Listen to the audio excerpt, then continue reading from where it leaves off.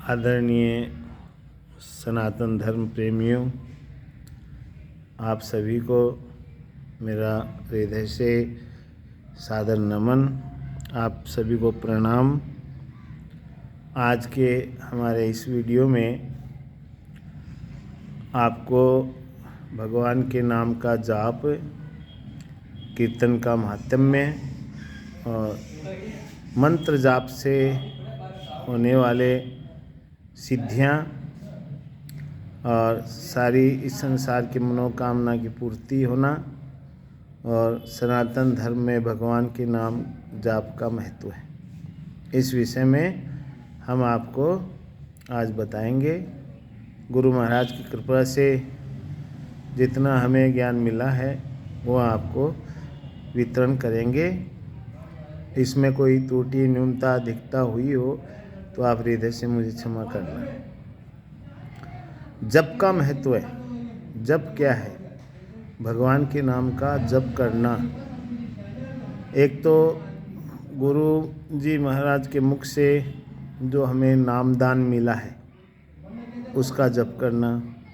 एक शास्त्रों में जो अनेक समस्याओं के निवारण के लिए जो हमारे ऋषि मुनियों ने मंत्र खोज किए हैं, उन मंत्रों का यथा समय यथा स्थान उनके जाप के महत्व के बारे में हम आपको बताते हैं। भगवान परमात्मा स्वरूप परमेष्टि ने जो गुरु रूप में भगवान शिव है, शिवालय में बैठ करके जप करना अति उत्तम बताया गया है। सरल मंत्र का जाप भी होता है, जैसे प्रेमानंद जी गुरु जी है, अन्य अनिरुद्धाचार्य जी है, धीरेन्द्र जी शास्त्री जी है, अन्य जो हमारे परम आदरणीय गुरु है, वो सब जाप पर महत्व देते हैं। जप करने से इस संसार के सारी मनोकामनाएं पूरी होती है, हमारे सारे अरिष्ट दूर होते हैं, कलयुग का दोष नहीं लगता और 120 वर्ष की जो कलयुग में उम्र व्यक्ति की बताई गई है, उसका भोग करके अंत में वह व्यक्ति वैकुंठ में जाता है। ऐसी ऋषियों ने हमें वाणी दी है।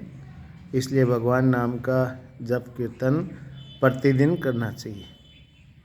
जप में एक तो माला से होता है, माला रुद्राक्ष माला हो, तुलसी माला हो, अनेकों जो बाज़ार में मालाएं मिलती हैं उनसे जाप किया जाता है। दूसरा करमाला, हाथ की माला।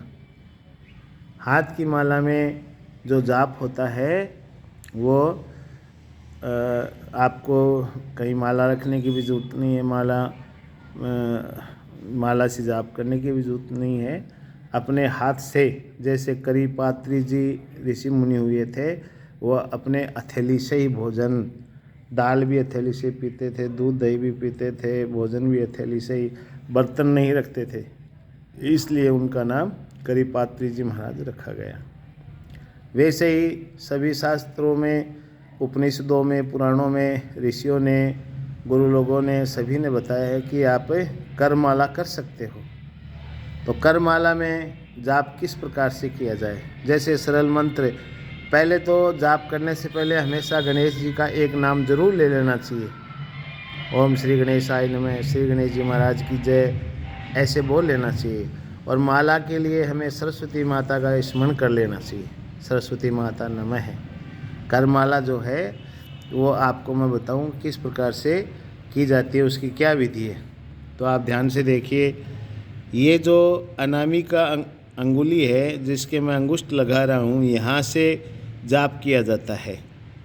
जैसे ओम नमः शिवाय 1, ओम नमः शिवाय 2, ओम नमः शिवाय 3, ओम नमः शिवाय 4, ओम नमः शिवाय 5, ओम नमः शिवाय 6, ओम नमः शिवाय 7, ओम नमः शिवाय 8, ओम नमः शिवाय 9, ओम नमः शिवाय 10। इस तरह से ये जो करमाला के जो हर माला में 108 मनका होते हैं, उस मनकों के हिसाब से जाप किया जाता है। इसके बाद में गिनती दूसरे हाथ पे की जाती है। जैसे ये मैंने आपको 1 से लेकर 10 तक गिनाया, तो आपने एक पेरवा कर लिया। फिर दूसरा ओम नमः शिवाय 1, ओम नमः शिवाय 2, ओम नमः शिवाय 3, ओम नमः शिवाय 4, यानी इसी प्रकार से आपने जो गिनती आपको करनी है वो 100 हो जाती है। 100 में ये पेरवा यहाँ आ जाता है 10-10 के हिसाब से। फिर आप 8 बार ऊपर के 8 जो मंत्र है, भगवान के जो नाम मंत्र है, उनको 8वें मंत्र मतलब 8 किस प्रकार से पूरे करें, उसके लिए देखो अंगुली का हिस्सा देखो। पहले आपको अनामिका के इस पैरों से बताया था। अब 8 जो बोलने हैं वहाँ यहाँ से शुरू करो। ओम नमः शिवाय 1, ओम नमः शिवाय 2, ओम नमः शिवाय 3, ओम नमः शिवाय 4, ओम नमः शिवाय 5, ओम नमः शिवाय 6, ओम नमः शिवाय 7, ओम नमः शिवाय 8। तो ये हमारे 108 मंत्रों का जप हो गया। तो भगवान का जो नाम, जो सरल मंत्र बोला जा सके, जैसे गणेश जी का बोलिए। सर्वप्रथम माला जाप में गणेश जी का स्मरण और सरस्वती माता का स्मरण किया जाता है। इसके पश्चात ही जप कर्म किया जाता है और जाप पूरे हो जाए। प्रतिदिन हमें 1 माला विषम संख्या में करनी चाहिए। 1 माला, 3 माला, 5 माला, 7 माला, 9 माला, 11 माला, 13 माला, 15 माला, इस तरह से विषम संख्या में। और विषम संख्या में जाप जब पूरा हो जाए तो वो जाप जिस भगवान का, परमात्मा का, आप इष्ट देवता का नाम लेते हैं, कुल देवता का नाम लेते हैं, उनको वो समर्पित कीजिए। इसके लिए आपको पास में जल रखना चाहिए। ये देखिए लोटा जल, और भगवान शिव का दर्शन, यानी मंदिर स्थान में शिव के पास बैठ के करें। गौ माता है तो गोष्ठ स्थान जहाँ गौ माताएँ बांधते हैं वहाँ करना चाहिए। नदी किनारा करना चाहिए। पर्वत श्रृंखला हो तो वहाँ पर्वत के नीचे ऊपर कहीं भी आप जहाँ जा सकते हैं, बैठ सकते हैं, वहाँ करिए। वन क्षेत्र में जहाँ हिंसक जीव जंतु नहीं हो, कोई गुरु महाराज का आश्रम हो, वहाँ भी कर सकते हैं। और सबसे अच्छा ये है कि घर में बैठ के भी कर सकते हैं। जहाँ अपना प्रतिदिन का पूजन होता है वहाँ भी आप कर सकते हैं। तो जैसे आप भगवान शिव का जो स्तवन पूजन करते हैं तो वहीं बैठ कर के कीजिए। मंदिर में कहीं भी, अपने घर में जो अपना मंदिर बना रखा है, तुलसी माता, ये देखिए तुलसी माता रही, तुलसी माता एक गमले के पास बैठ के कर लीजिए। अब थोड़ी सर्दी है इसलिए आप सबसे अच्छा है कि घर में ही बैठ कर के जाप दिन में कर सकते हैं। तो प्रतिदिन जो जाप करते हैं उसमें अगर प्रातः काल करते हैं तो उसका महात्म्य ज़्यादा है, और उसमें ये मुद्रा होती है बैठने की। ये जो मैं कर रहा हूँ, ओम नमः शिवाय 1, ओम नमः शिवाय 2, ओम नमः शिवाय 3, ओम नमः शिवाय 4, ओम नमः शिवाय 5, ओम नमः शिवाय 6, ओम नमः शिवाय 7, ओम नमः शिवाय 8, ओम नमः शिवाय 9, ओम नमः शिवाय 10। इस तरह से ये मुद्रा देखो, पैर के ऊपर है मेरा हाथ, और इस प्रकार से कर सकते हैं। और मध्याह्न में आप करते हो तो हृदय के पास आप हाथ को लाइए। और रात्रि काल में अगर आप कोई विवाह शादी कोई कार्यक्रम में चले गए, करना है तो आपको ऐसे ऊपर हाथ करके करना चाहिए। ये 3 प्रकार की संध्याएं हैं, तीनों में हाथ की मुद्रा इस प्रकार से रहती है। दिन में आप प्रातःकाली कर लेते हो तो अपने पैर के ऊपर हाथ रख के करो। मध्याह्न में करते हो तो हृदय के पास आप लाओ सूर्यास्त के पहले, और सूर्यास्त हो जाता है तो आप अपना हाथ ऊपर करके माला का जाप करो दंड रूप में। इसलिए आपका जाप सफल रहता है, जाप कभी भी निष्फल नहीं जाता। और माला से करते हो तो ये गोमुखी अपने पास रखिए, इसमें हाथ डाल करके, ये देखिए माला,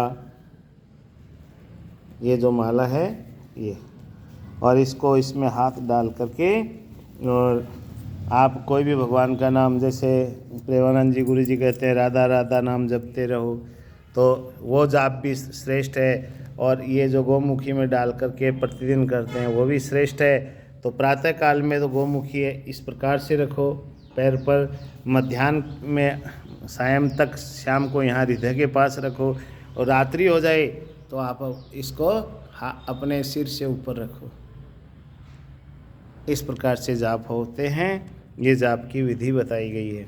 और फिर जाप पूरे हो जाए, जैसे मैंने ओम नमः शिवाय मंत्र का जाप किया, तो जाप पूरे होने के बाद में हाथ में जल लीजिए और जल लेकर के ओम नमः शिवाय महामंत्र जप भगवान शिव अर्पणमस्तु, इस प्रकार से इस जल को छोड़ दीजिए। आसन के ऊपर आप बैठे हैं, आसन को प्रणाम कीजिए और आसन के नीचे की मिट्टी आप मस्तिष्क के इस प्रकार से लगाए, नहीं तो आपका जप का फल भगवान इंद्र ले लेते हैं। इसलिए उठने से पहले यानी आसन को प्रणाम करना चाहिए। आसन के नीचे की मिट्टी है वो मस्तिष्क के लगानी चाहिए। तो आशा है कि आप सभी सनातन धर्म जन जो है मेरे इस गुरु ज्ञान के आधार पर अपना कल्याण करेंगे और पड़ोसी और अन्य जिनको ये ज्ञान नहीं है उनको भी बताएंगे और हमारे धर्म का खूब प्रचार करते हुए अपना जीवन व्यतीत करें और अपने जितने भी मनोकामना इस संसार में है वो जप से पूर्ण होती है, ऐसा ऋषियों ने, संतों ने, मुनियों ने कहा है। इसलिए हमेशा भगवान के नाम का जाप करना चाहिए। ऐसे भी बैठे बैठे श्री राम जय जय राम, राधे राधे, कृष्णा कृष्णा, जय श्री श्याम, जय सीताराम, यानी सरल मंत्रों से भी आप कर सकते हैं। जय शंकर की।